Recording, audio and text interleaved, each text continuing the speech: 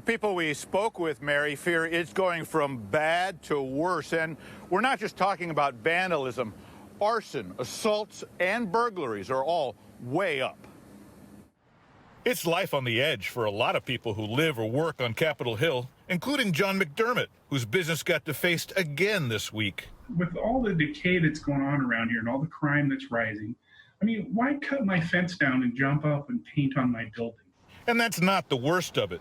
New numbers from the East Precinct commander show a 10% jump in overall crime so far this year compared to 2019. Property crimes lead the way with an 11% increase. Violent crimes shot up 9%. That, combined with the ongoing protests, has some residents on the run. There are still neighbors in my building that haven't returned. People below me moved out, too. Some neighbors say it's even more distressing. City leaders who once called to beef up the police department may now cut it to the bone. It's mind-boggling that they can do a flip-flop and that they can defund the police department and they can expect to maintain public safety.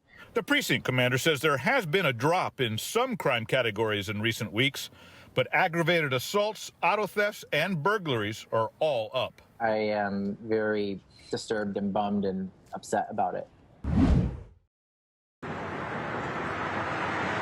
Eric, you know, it's been a really difficult day and a very heartbreaking one for the Tacoma Police Department after losing K9 Rania. Now, she was shot right here behind me on M Street in this neighborhood, right across the street, actually, where neighbors were woken up with gunshots. Every citizen in Pierce County has lost something today. A chaotic morning chasing down and capturing a wanted man left the beloved 2-year-old K9 Rania shot dead. She was charged with protecting her handler and the city, and she did her job. And she will be sorely missed. Police say officers spotted a car with a man wanted in a murder from last night.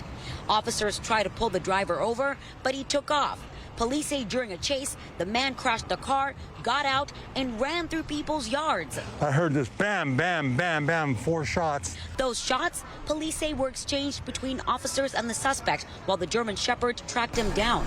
The wanted man was shot, so was K9 Rania, who later died.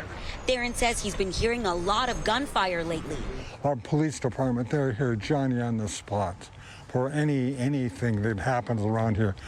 And anyone who wants to defund the police, they're crazy.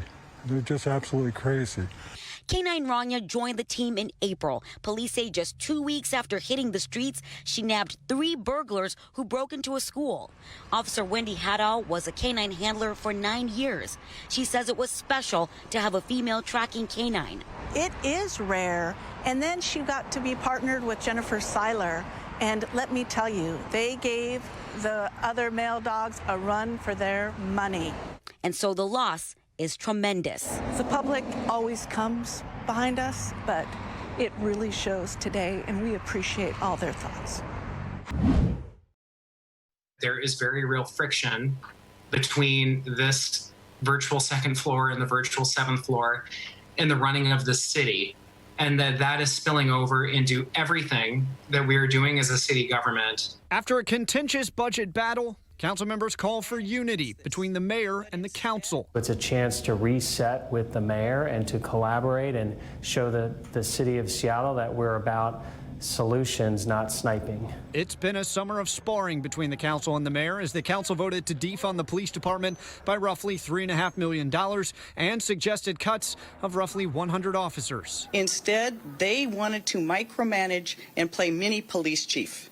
Cut here, cut there, do this, do that. Today, KOMO's Matt Markovich asked the mayor if she'd veto this amended budget. We've got to see the whole package when it comes up, Matt, and I don't have anything to announce on that today. So it's unclear if she'll veto that bill, but the mayor did veto the council's bill to tax big businesses for COVID relief.